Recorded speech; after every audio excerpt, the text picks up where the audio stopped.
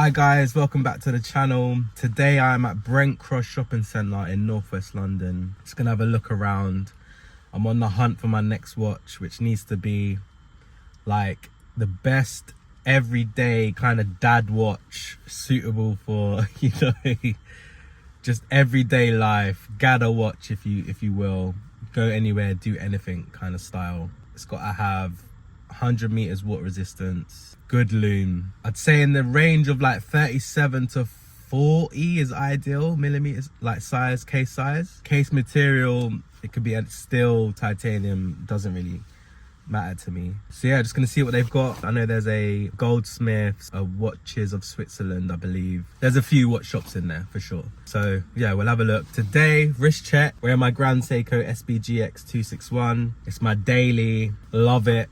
And this would be, I think, one of the best dailies you can get if it had lume. If it had lume, this watch would be out of here. It would be 10-10, man, which is a shame because I love this watch, but yeah, I struggle, especially when I'm putting the kids down at night and I don't really want to reach my phone with the bright light and you just want to have a quick glance at the time. I struggle with that. So that is why I'm thinking of, you know, getting another watch and having that as part of the collection and building up the collection, in fact, because if you watch my last video or my last few videos, I sold my Tudor Black Bay Pro, the opaline dial, and I also had a Seiko from the Prospects line, which I sold both for various different reasons. This has been a watch that I've always wanted, and yeah, I'm happy I've bought it. I'm definitely still in the honeymoon phase, but it is doing me well, it's treating me well. So let's see what they got, let's have a look and let's go watch hunting.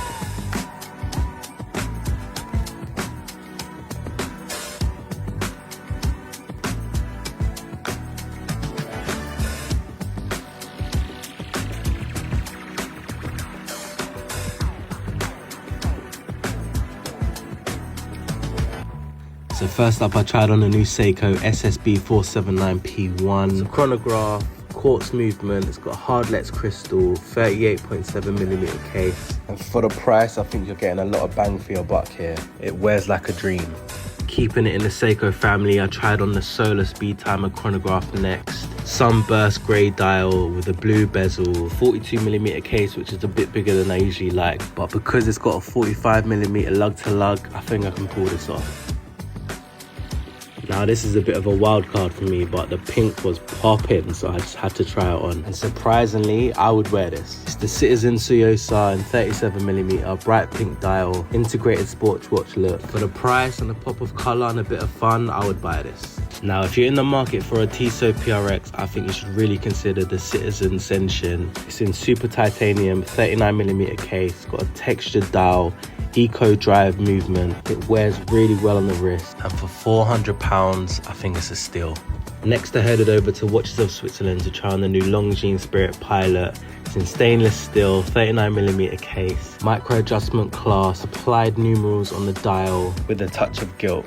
I have to say it's finished really well, it's got nice beveled edges, and I definitely prefer the dial without the stars. I think one big negative drawback for me is the lug to lug. I think it wears a bit too long.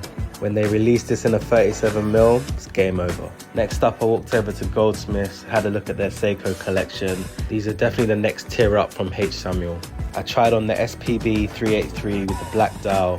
It's a GMT diver, and I love this watch, I gotta say. Seiko really worked their magic here with the sizing. Yeah, it's 42mm, but it does not wear like that. Definitely wears smaller than the sizing suggests. Ceramic bezel too, this is a strong contender. And of course, I had to try on the SPB 453, 62 mass reinterpretation, matte black dial, 40mm case, 13mm thick, brushed stainless steel bracelet and case. I think this wears the best so far, but in all honesty, I don't think you can go wrong with either of these, or even having both in the collection. It's a tough decision, but if you had to decide, which one takes your money?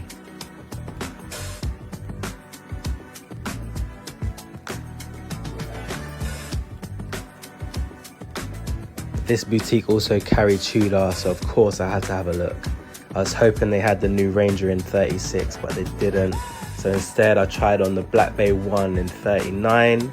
This blue dial is sensational in person, and I think this This watch in general is slept on. 5-link bracelet with the T-Fit clasp, COSC certified movement. What is there not to love about this? You can pick them up for really cheap on the grey market too.